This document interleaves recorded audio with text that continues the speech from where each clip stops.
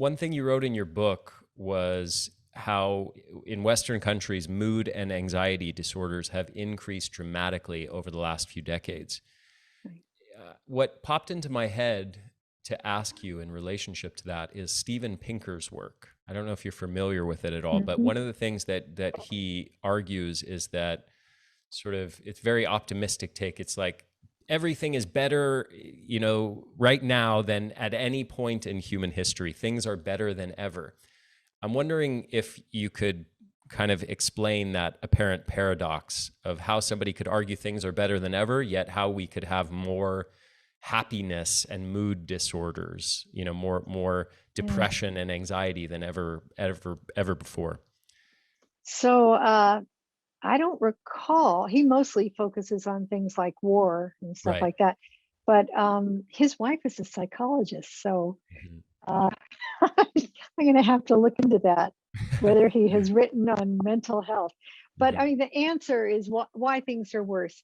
For a long time, I heard things like, "Well, it's life is tougher now." Well, my ancestors had World War II, World War One. In between the Depression, they had the Holocaust, they had the stock market crash, they had the Dust Bowl, they had a lot of problems, but they were eating real food and they had better resilience. So it's Mhm. not a very simple answer to your question, and you can already tell that I can go on and give you a lot of details. But Mhm. the simple answer to your question is I think our resilience is what is very, very feeble. And all you need to do is look at do you want some of the prevalence numbers? You want your audience to know this? Yeah. Yeah, please. That's so when I was a kid, which is ancient times now, like in the 1950s and 60s, the rate of mental disorders was 1% or less.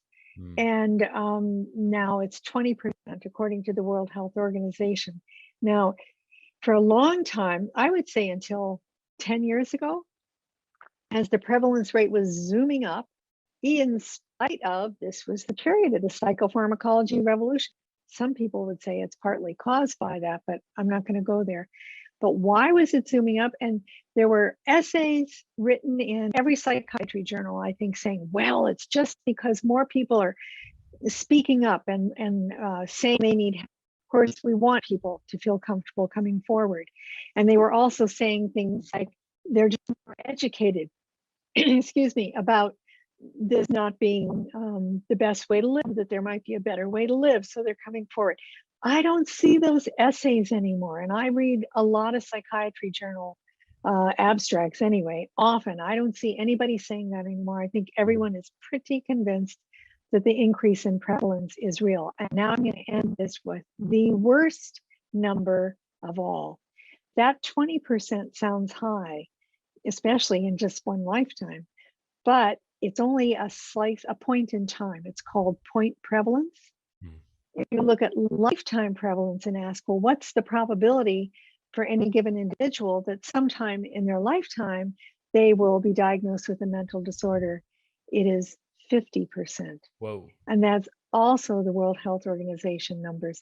And that number is like a sucker punch. That is, Yeah. something is wrong. Hmm. That can't be normal, that half of us are mentally ill. That's a lack of resilience. Yeah. We need I mean, everybody knows that nutrition is the foundation of our mental and physical resilience. That's why we have the World Food Program and kitchens and everything helping people who are in need. They have to have food. So we know it, and we somehow let our kids and ourselves eat ultra processed chemicals without any food in them. Hmm.